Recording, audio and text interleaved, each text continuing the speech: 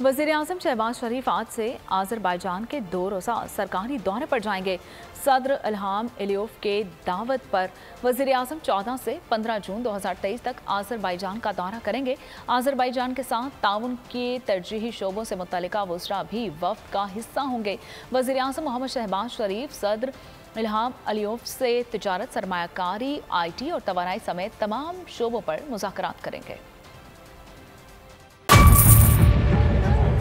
Budget 2023-24 की सबसे बड़ी ट्रांसमिशन बोल एक मर्तबा फिर सबसे आगे। वजीर खजाना की बजट तकरीर की सबसे बड़ी कवरेज 62% अवाम ने देखा बोल की स्क्रीन पर। Welcome back to the budget transmission.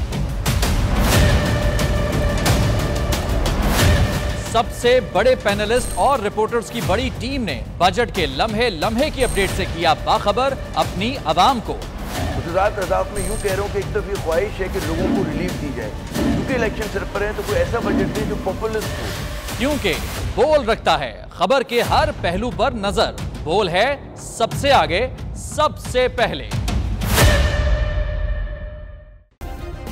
Subscribe करें और बेल दबाएं ताकि कोई खबर रह न जाए।